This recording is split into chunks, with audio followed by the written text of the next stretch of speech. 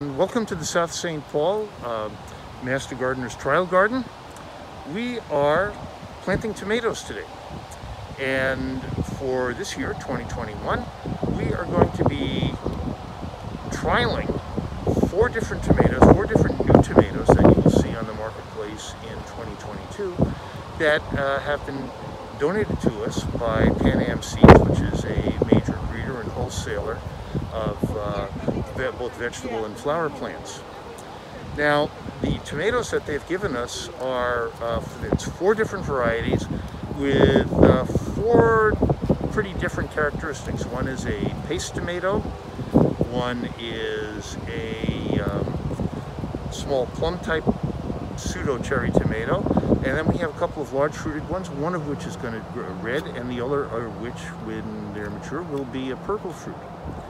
But today we're just trying to get them into the ground. And come over this way, we'll see how we do that.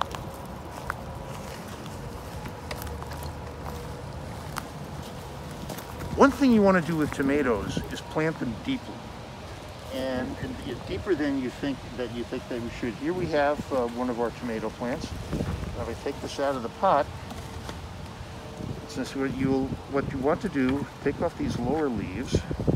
The thing with tomatoes is that they will grow roots anywhere that the stem is buried in the soil. So the deeper you plant it, the stronger a root system that you will eventually have. And actually here I'm going to take off these branches and I'm going to put this, so you dig a deep hole.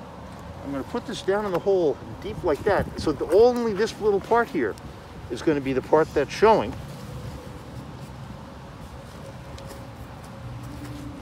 Scoop the soil around that,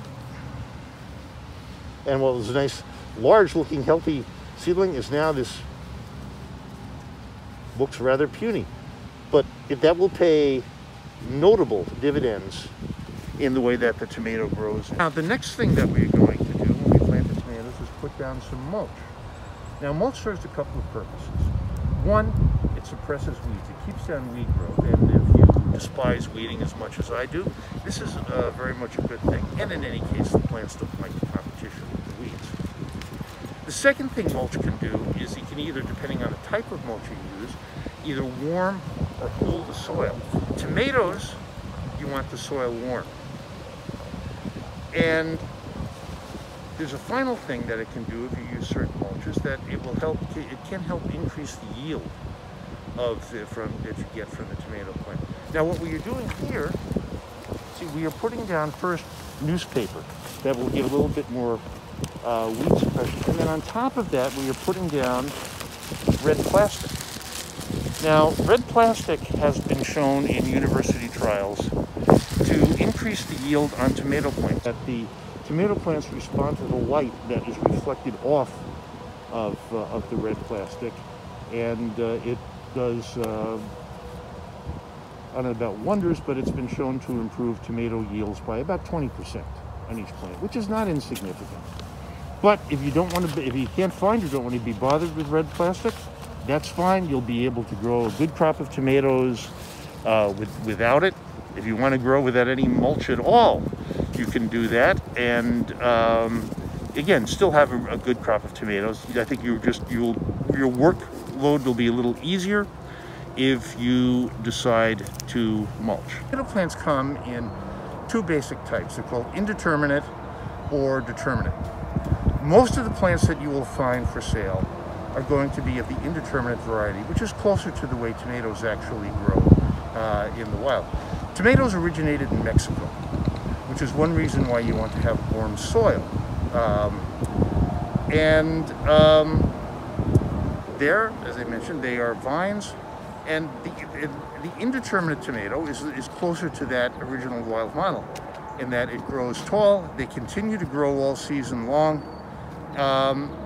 and you will get a nice season-long yield of tomatoes from an indeterminate plant. Determinate plants were originally designed for the commercial canning industry. And there, you don't want to be going out every week and picking a few fruits. You want to have them, for several weeks. You want to have them pretty much all ready at the same time. Determinate plants are short. They will only grow to a certain height, and then they will stop, and they will set all of their fruit within a period of a couple of weeks. So you can go through a machine harvest. The canning companies can pull all those out and do all their canning, and then use the field for something else in a relatively short time frame. Now, a lot of the tomatoes that are, say, paste tomatoes or are made for canning are of the determinate type, and you sometimes see, particularly for paste tomatoes, those being sold to home gardeners. A lot of times you see them sold as being great for container gardening. That's okay. You just have to realize that if you grow an indeterminate tomato, yes, it will be short, it will fit nicely in the pot, but you'll have a week's worth of concentrated fruit, lots of fruit, and then you'll have nothing for the rest of the season. So as the season goes on, we'll have lots to talk about. We'll watch these tomatoes grow, we'll evaluate them, and we'll talk about some of the other factors involved in variety selection and what type of tomatoes will have the best flavor. There are a number of different tomato myths that we'll talk about. It's a long season, and we'll be seeing you next time.